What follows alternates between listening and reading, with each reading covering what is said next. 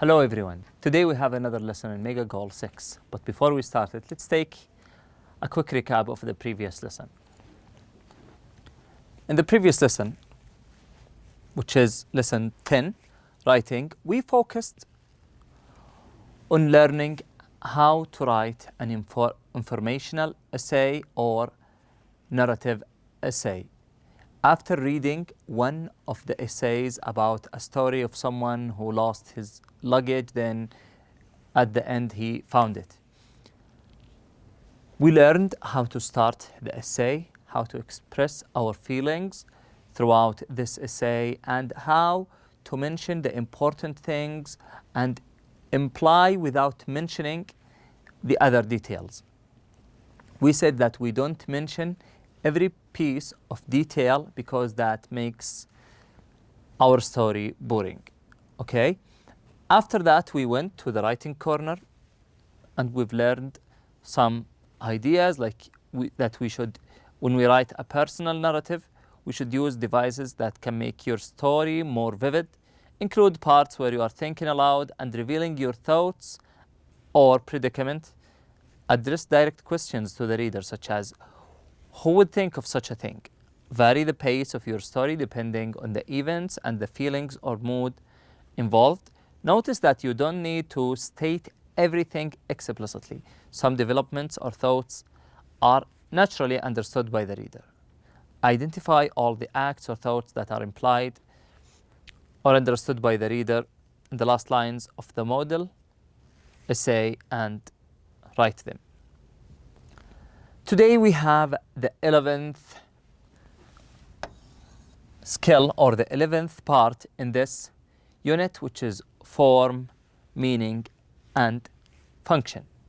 In this lesson, we usually have some grammatical rules, have some expressions or phrasal verbs that we learn how to use. We usually try to integrate all these pieces of information and ideas together so we can make something new out of them. We will start with the first part, which is conditional sentences with F clause when we talk about imaginary situations for the past. Imaginary means something that is not true, something is not real, something we only imagine it. It's only in our minds. It didn't happen. It's just imaginary. We are just thinking about that thing. We use past hypothetical conditionals to talk about things. Hypothetical means something not practical, something that didn't happen. It's just hypothetical. It's just theoretical thing. We are just assuming that if we do this, or if we have done this, another thing will happen. So it's just a hypothetical way, or hypothetical or theoretical way of talking. So we use past hypothetical conditionals to talk about things that didn't happen in the past. It didn't happen. They are often used to express regret or criticism. Express regret or criticism. We use this way if we want to show our regrets towards some or about something in the past, something we wish that we've done or something we wish we hadn't done. Okay? The past perfect is used in the F clause. We have, or the sentence has two clauses, the F clause and the other clause. For example, if Howard Carter hadn't persuaded his friend, so we use the past of have and has, and we use the past perfect. We use the past perfect. So if Howard Carter hadn't persuaded his friend Carnarvon to fund the research for Tutankhamun's tomb, he would never have discovered King Tut's treasure. Okay?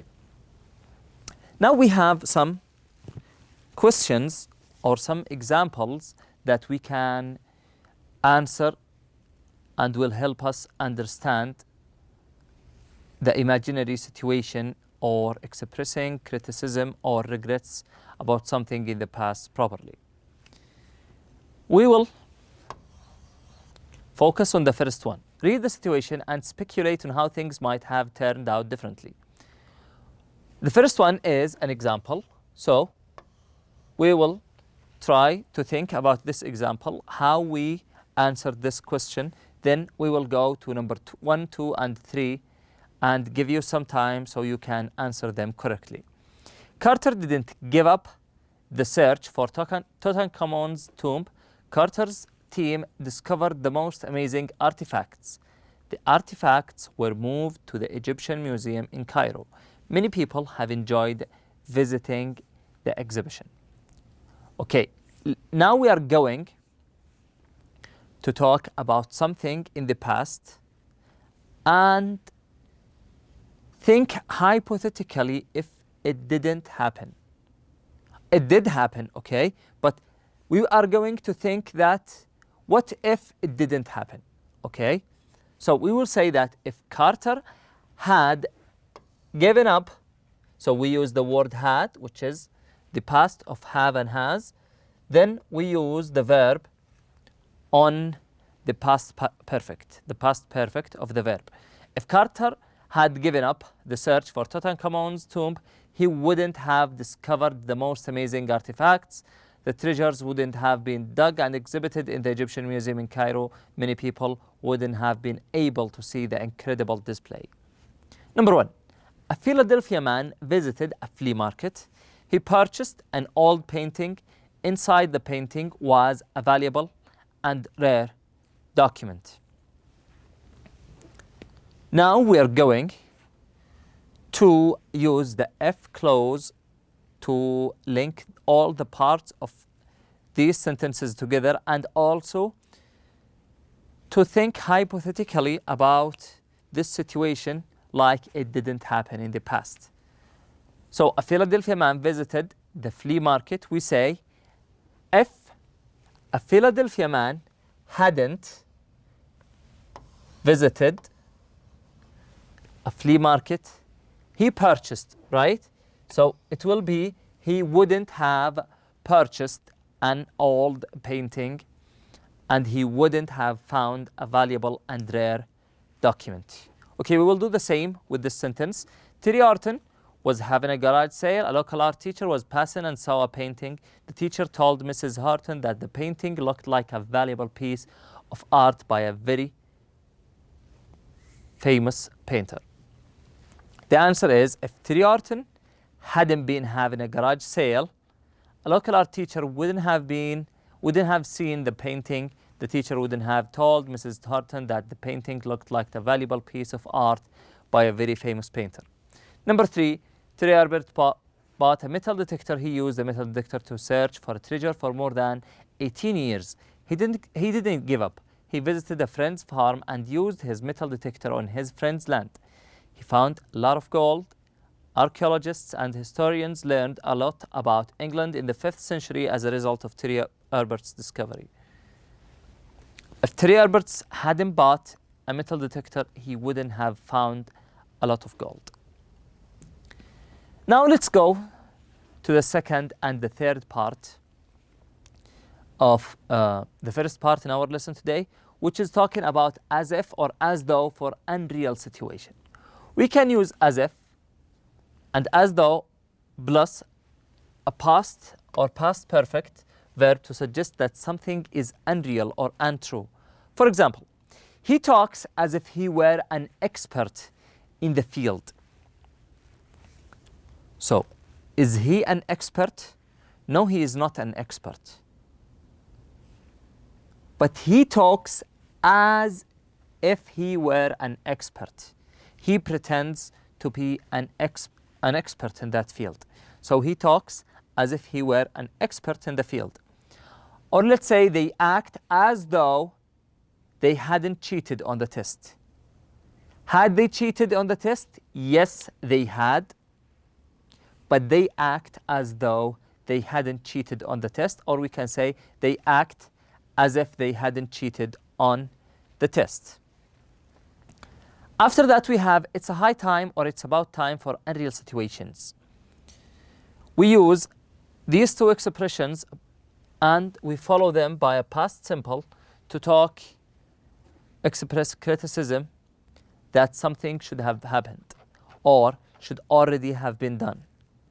So if you want to say that you should have a job and earn a wage, you can say it's a high time you found a job and earned a wage. You put or we use this expression and the following verb is on the past simple. Another example is it's about time you thought about the future. What does that mean? It means you should have considered that thing. You should have thought about your future. So it's about time you thought about the future. Now we have an exercise regarding the last part.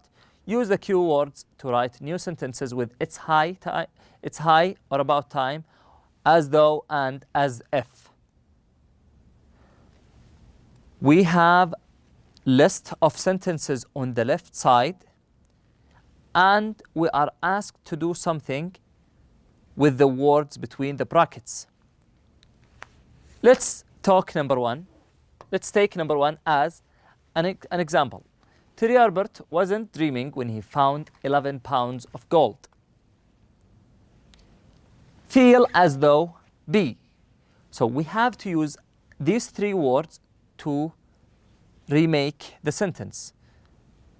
When they remade the sentence by using these three words, it has become Terry Albert felt as though he were dreaming when he found 11 pounds of gold. You can take some time, pause the video, do the exercise by your own, then come back and check the answers with us. Number two, we're not rich, spending money as though. So the answer is, we are spending money as though we were rich. Are they rich? No, they are not. But they spend money as though they were rich. Number three, you should stop gossiping. So we said after it's high time, we should use the past simple. It's high time you stopped gossiping. You didn't see something scary. You look as if you had seen something scary. Adil isn't an old man. Adil walks as though he were an old man. Number six, you don't own this house. You are behaving as if you owned this house. Number seven, he didn't take lessons in public speaking, but he speaks as if he had taken lessons in public speaking. Faris needs this job. Faris is talking as though he didn't need this job. Number nine, my brother ought to take better care of himself. It's about time my brother took better care of himself. Number 10, she started the rumor, but she pretends as though she didn't start the rumor. After that, we have words connected with historical monuments. We have here list of words that are related to or often used to talk about historical monuments. We are going to use these words when we talk about these two following texts. In number one, we are going to talk about Jeddah Regional Museum of Archaeology and Ethnography. The second one, the Egyptian Museum of Antiquities in Cairo. You can pause the video right now, take some time, do the exercise by your own, then resume and check your answers with the correct answers on the board. Number one, the museum can be found in the historic Quzam Palace in the Nazala Al-Yamaniya in the south of Jeddah. The building, which was originally a royal palace, is incredible. There are artifacts dating from the Stone Age period and more. Exhibit and artifacts which show the rise of Islam. There is also an astonishing collection of ethnographic items which illustrate the culture of the region more recent times. The Egyptian Museum of Antiquities in Cairo. The first section of the museum houses the lost treasures of Tutankhamun, the boy pharaoh of Egypt who became a king when he was only 9 or 10 years old. There are gold masks, stunning jewelry, exquisite paintings, and inlaid boxes and other objects of breathtaking beauty and craftsmanship. The next sections of the museum take you through a tour of history, including monuments from the pre-dynasty and the Old Kingdom and monuments from more recent times. In other rooms, you can see ancient coins and papyrus. There is also a hall for mummies, housing 11 queens and kings. The last part is inversions. We use the following expressions at the beginning of a sentence. Then we add an auxiliary, then the subject to show emphasis. So if you want to show an emphasis on something, we use this structure. So the following expression at the beginning of the sentence, we follow it by an auxiliary, then the subject. So the auxiliary come before the subject. For example, not only did they find. Usually we said they find, or they did find, or they didn't find. They have done this, they haven't done that. But on the inversions, the auxiliary verb like do, does, did, have, has, had are called auxiliary verbs. They usually come after the subject like he, she, it. So we say it didn't happen, she didn't go. On the inversions, the auxiliary comes before the subject. Why? To show emphasis. So, number one, not only did they find exquisite paintings, but they also found furniture when they opened up the tomb. Number two, no sooner had they decided to give up than they saw a sealed door leading to the tomb. Little did they know that they would find some steps buried under an ancient hut. Not until I heard their story did I understand the hardship they must have suffered. On no account or under no circumstances should they give up the search. Seldom have I been so lost for words, never have I seen something so remarkable. On D, we have this exercise. We will rewrite sentences by using words in parentheses. So we are going to use inversions. The first example is, you can see ancient coins and papyrus. So we will use the word not only. So it's not only can you see. So can here is an auxiliary. It has become, or it came before the word you, which is the subject. Not only you can see ancient coins, but you can also see papyrus. Number one, you can take photographs of any rooms or exhibits. Use the word circumstances. So we say under no circumstances, then we do the inversion.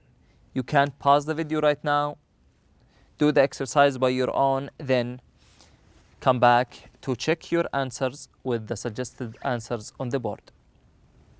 The answer is, under no circumstances can you take photographs of any rooms or exhibits. Number two, I don't go to museums and art galleries very much these days. So we use seldom.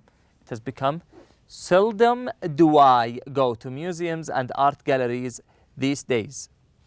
Ali and Ahmed had just arrived when the seminar finished. So we say, no sooner had Ali and Ahmed arrived than the seminar finished. Number four, the ancient Egyptians knew about the medicinal use of oils and coal. Not only did the ancient Egyptians know about the medicinal use of oils, but they also knew about coal. Number five, you're not allowed to touch anything. So on no account must you touch anything. That's the last part of our lesson today. Thank you all for attending, and I wish you enjoy the rest of the day. Assalamu alaikum.